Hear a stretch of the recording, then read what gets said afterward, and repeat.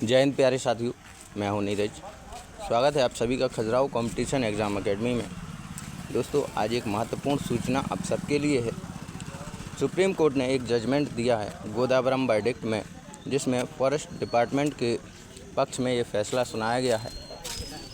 One विभाग के अंतर्गत जितनी भी ज़मीनें पहले थीं जिन्हें पट्टे पर दिया गया था, वो अब वन विभाग अपना केस जीत गया है। अब जितनी भी ज़मीनें पहले पट्टे पर दी गई थी उन्हें अब वापस सरकार अपने पास वन विभाग के तौर पर एकत्र करेगी, जिसमें छतरपुर ज़िले से 1,00,000 हेक्टेयर भूमि वन विभाग को सौंपी जानी है।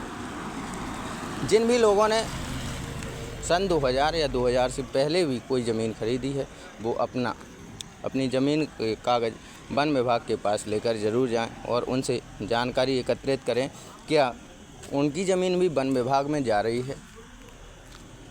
बात करें सुप्रीम कोर्ट जजमेंट गोदावरम verdict of forest department versus revenue department.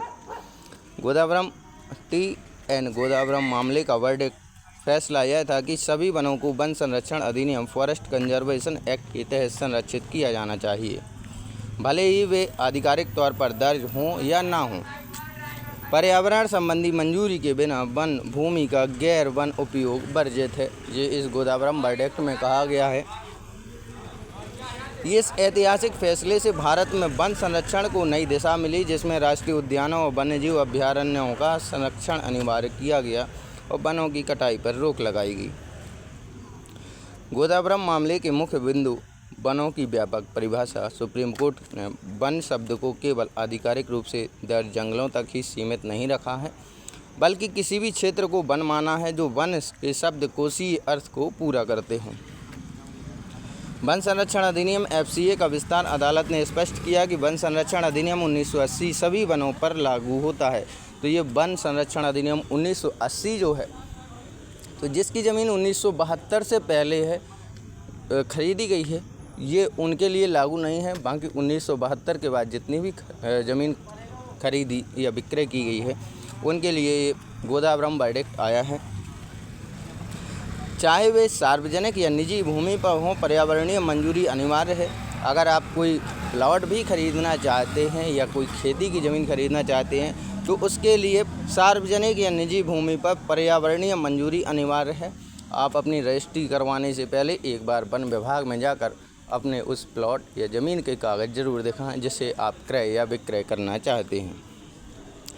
One भूमि को किसी भी गैर वन उद्देश्य के लिए हस्तांतरित करने से पहले केंद्र सरकार की मंजूरी लेना आवश्यक है।